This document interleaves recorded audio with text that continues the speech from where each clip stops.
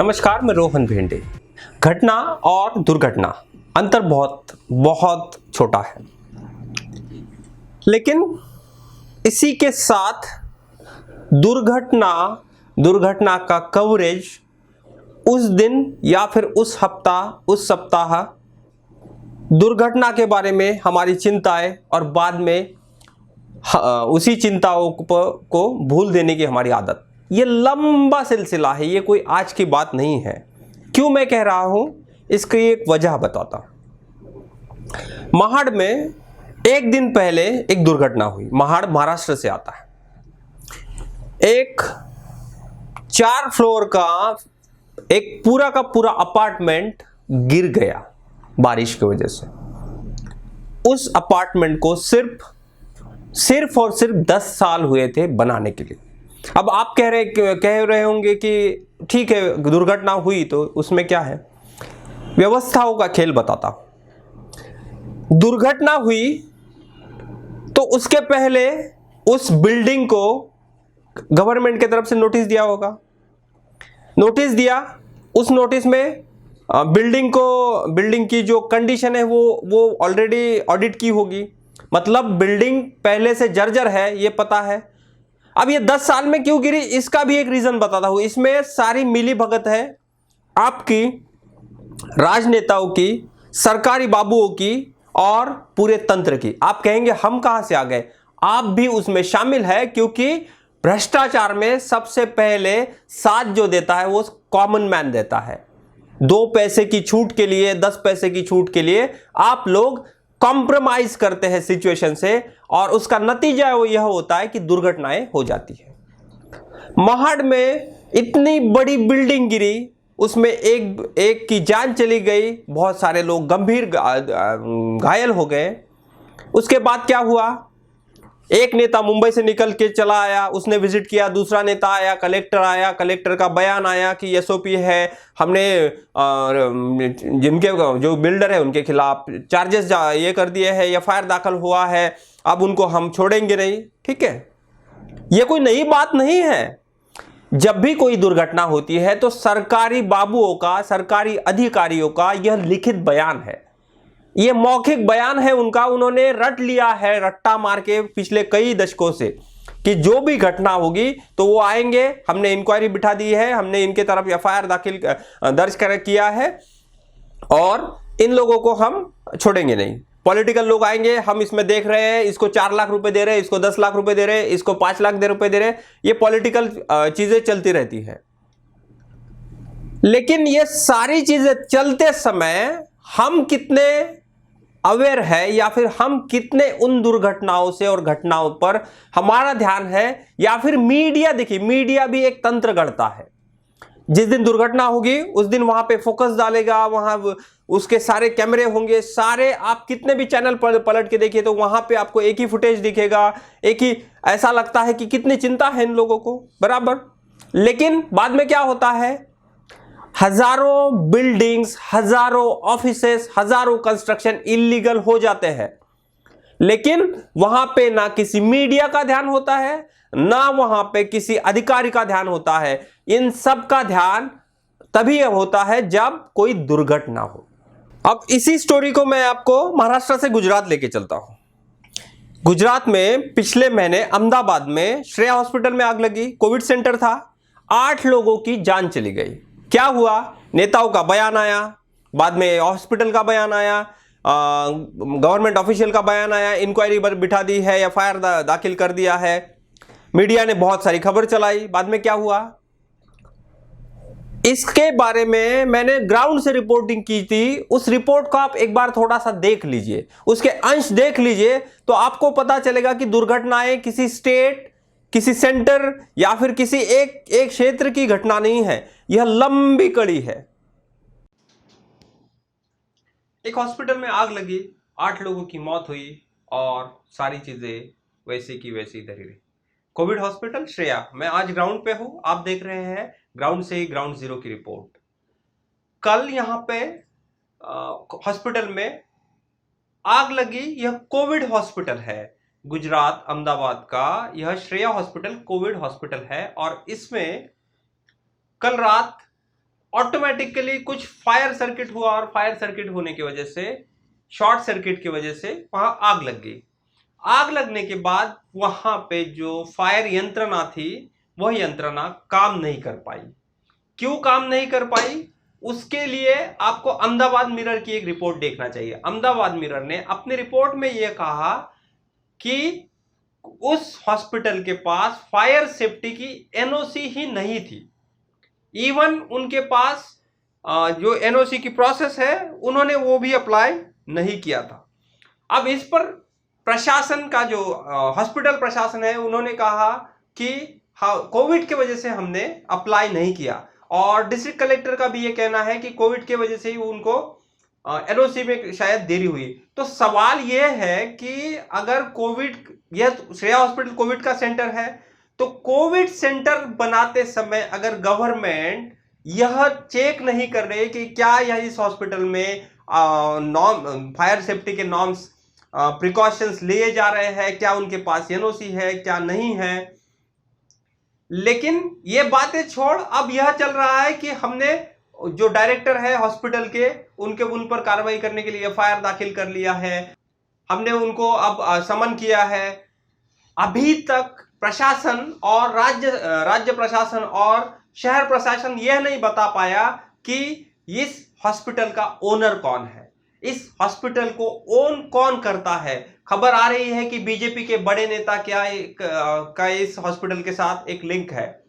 अब 8 लोगों की मौत हुई, प्रशासन कह रहा है कि उसमें से कुछ लोग कोविड की वजह से मरे। भाई वहां पे अगर आग लगी तो वहां मरने वाले लोग कोविड की वजह से कैसे मरे? आग से ही मरे। और देखिए, मैं अभी प्रॉपर 1 साल पहले ही सूरत में एक जो एजुकेशन सेंटर है वहां आग लगी थी।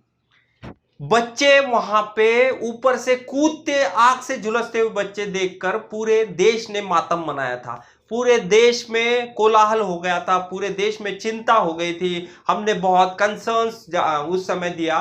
बाद में क्या हुआ? हमने उस कंसर्न को छोड़ दिया।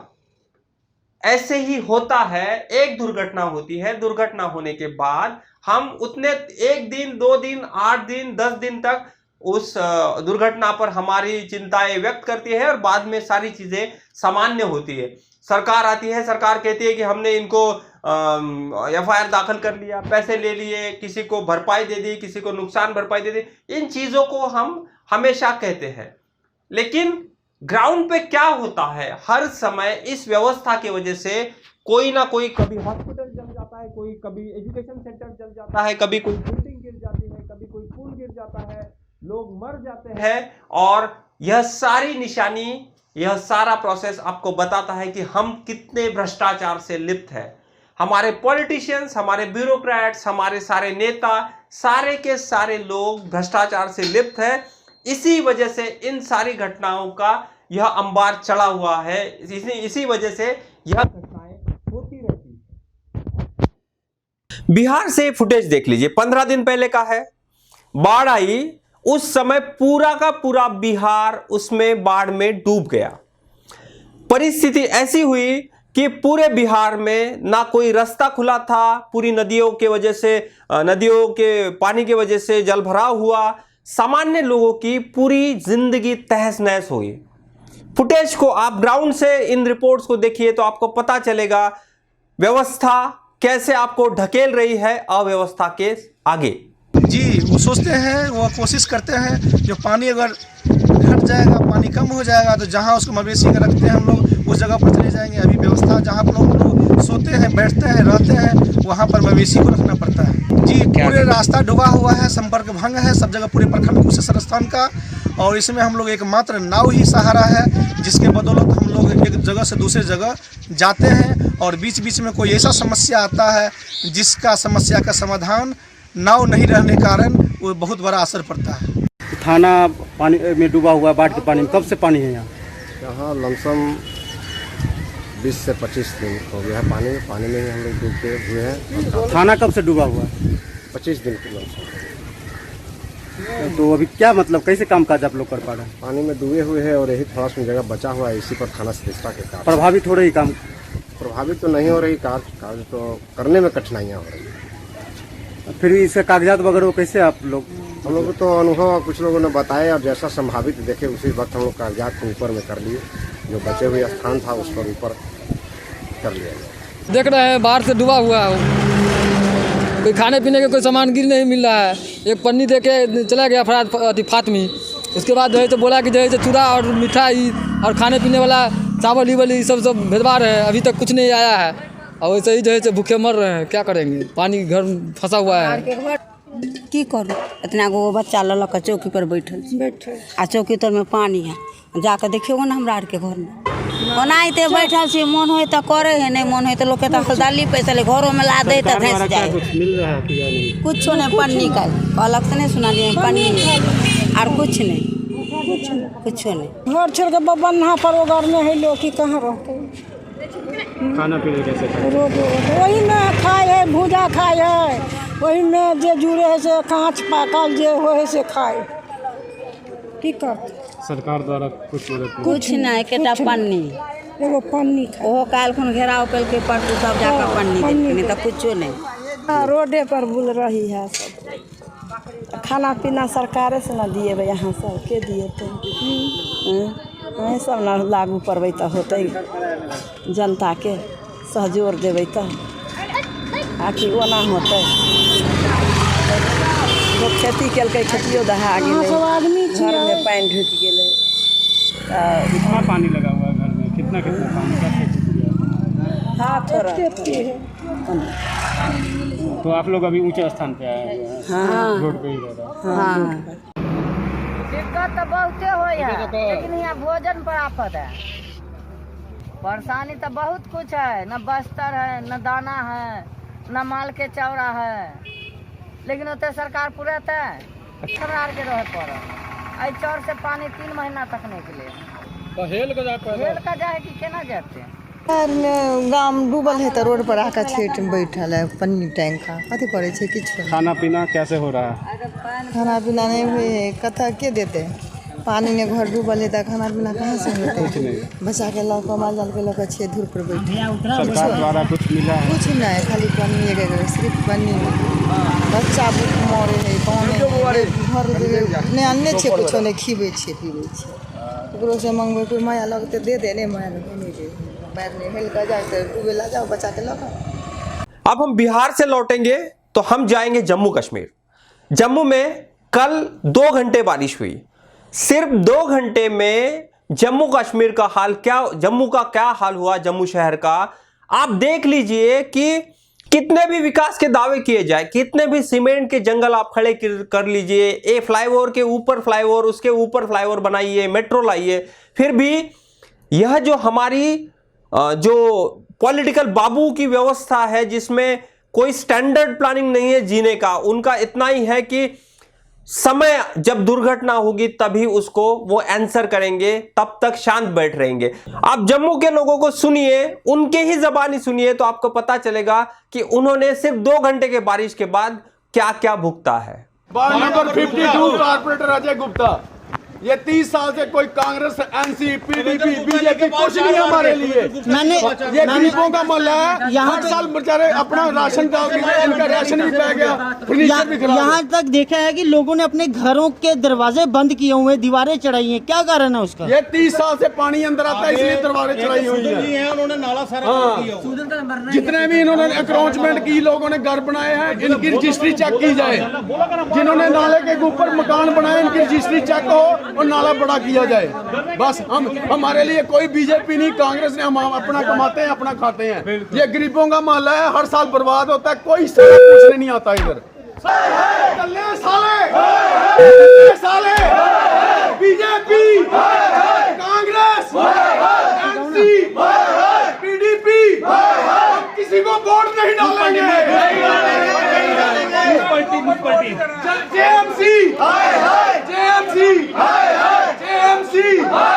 जम्मू म्युनिसिपलिटी कॉर्पोरेशन 13-14 साल हो गए सर जी बने। तो अब 2 घंटे की बारिश नहीं है, पुल गिरा दिया, क्या कारण है? कारण ये है जी, ना इसकी नाले की सफाई है और ना ही प्रशासन इसका ध्यान देखती है, और साइडों में से सारे कोई क्रेड कोई कुछ नहीं है, और कम से कम 200 गांव हैं जो बॉर्डर तक मिलता है, उसकी वजह से देखो सारा कितना नुकसान हो गया। प्रशासन अब ये 200 गाँव कनेक्ट कैसे होंगे? टूट गया हमारा, सब 10-15 किलोमीटर घूम कर आएंगे, सबको नुकसान है, जिम्मेदारों को नुकसान है, आर्मी वाले BSF वाले हैं, यहाँ हेडक्वार्टर है BSF का, उनको भी नुकसान है, वो भी बेचारे 15 किलोमीटर घूम कर जाएंगे।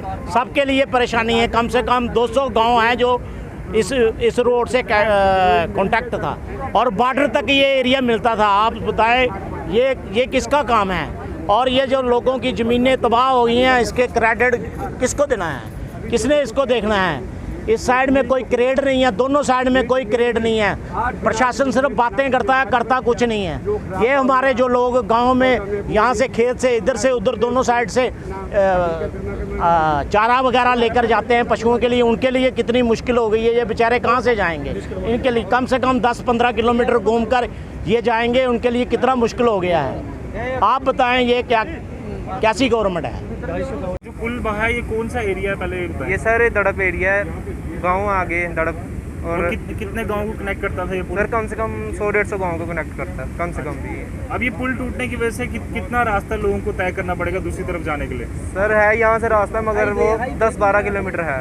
अच्छा। अब बच्चों ने स्कूल भी जाना, क्या पता आगे लगे नहीं लगे, सब कुछ है, मेडिकल फैसिलिटी भी है इधर। यहाँ ये रास्ता पास में था इसलिए सारे यहाँ से आते हैं। यहाँ पे आर्मी भी है, पेट्रोलियम करती है, उनको भी चक्कर पड़ेगा। बॉर्डर इलाके से कितनी दूर है ये गाँव? ये इलाका 10-12 किलोमीटर होगा ज़्यादा से ज़्यादा। तो बॉर्डर से बिल्कुल पास में है। और हाँ। ये पुल BSF की पोस्ट को कनेक्ट करता था? हाँ, ये BSF की पोस्ट को कनेक्ट करता है। अब क्या लगता है प्रशासन ने किस तरह से, प्रशासन की नाकामी है कि इतनी जल्दी कुछ ही साल पहले ये पुल बना और हाँ सर 2008 में बना था वैसे ये, मैं भी चलो 2008 में बना था ना, उस टाइम अच्छा बन गया था। अब पानी का बहाव से बह गया, चलो अब देखो क्या बनता है हमने यहाँ।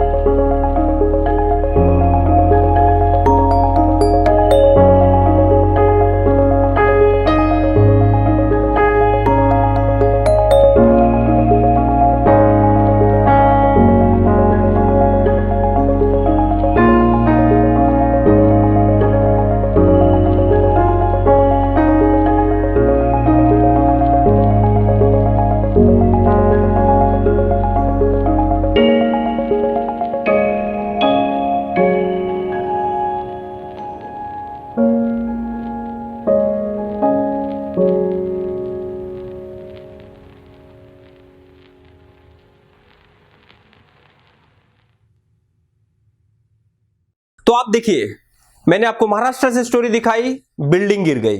गुजरात से स्टोरी दिखाई, वहां पे कोविड हॉस्पिटल में आग लग गई, 8 लोगों की जान चली गई। बिहार बाढ़ में डूब गया, कोई व्यवस्था का वहां पे सुध लेने वाला कोई नहीं। आपने जम्मू देख लिया, जम्मू में 2 घंटे बारिश हुई, पूरा जम्मू पानी में आ गया। शहरों की यह हालत है, गांव कस्बे की क्या हालत है, इसके लिए मैं आपको झारखंड लेके जा रहा हूं। शमीम अहमद आपको झारखंड से रिपोर्टिंग कर रहे हैं और वह बता रहे हैं कि यह अव्यवस्थाओं का जो खेल है यह सिर्फ शहरों से पर तक नहीं, तो यह गांव में भी वैसा ही है। आप शमीम अहमद की डिटेल स्टोरी देखिए तो आपको पता चलेगा यह श्रृंखला state by state, nation by nation कैसी है। सारे जगह पे एक ही जैसा तंत्र, एक ही जैसा खेल। कहने को तो देश डिजिटल इंडिया की ओर तेजी से कदम बढ़ा रहा है। मंगल ग्रह पर भी रहने के ख्वाब संजोए जा रहे हैं, लेकिन देश के कई गांवों की हकीकत देख इन ख्वाबों की हकीकत भी ख्वाब ही नज़र आते हैं। आज़ादी के 7 दशक हो गए, लेकिन गिरिडीह जिले के कई गांव आज भी बुनियादी सुविधाओं को पाने की जद्दोजहद में जुटे हैं। बुनियादी सुविधाओं से कोसों दूर गिरिडीह जिला के बहुचर्चित गांव लेदा को अब भी एक ऐसे रहनुमा की तलाश है जो इनके हाशिए का केवल गवाह न बने, बल्कि हाशिएपन से लौटाकर इनके चेहरे पर मुस्कान वापस ला सके। राजा का गढ़ माने जाने वाले लेदा गांव से ही आज़ादी के पहले आसपास के सैकड़ों गांवों के विकास की रूपरेखा तय की जाती थी। कभी विकास की लकीर खींचने वाला लेदा गांव अब खुद के विकास की लकीरें ढूंढता नजर आ रहा है। दरअसल इस गांव में ना तो पक्की सड़क है और ना ही स्वास्थ्य सुविधाओं का मुकम्मल इंतज़ाम। बरसात के दिनों में दलदल जैसे बने रास्ते से विकास की कल्पना तो दूर, बीमार लोगों की जान बचाना भी काफ़ी मुश्किल हो जाता है। किनारा हम लोग के घर है, इतना पानी मारता है, गाड़ी के अंदर चला जाता है। यहाँ ना मुखिया सुनता है, कोई सुनता है, कुछ करता है। अस्पताल नहीं है, ये सब खास हम लोग के चाहिए। रोड इतना खराब है कि पानी एक टोना जम जाता है, हम लोग गाड़ी मारता तो अंदर चला जाता है पानी। ये भी नहीं सोचना पड़ता कि कहाँ लगेगा ना लगेगा, पानी एकदम बुरा हाल है। 50 साल लगभग हमारा हो गया उम्र, आज तक रोड बढ़िया से नहीं बना।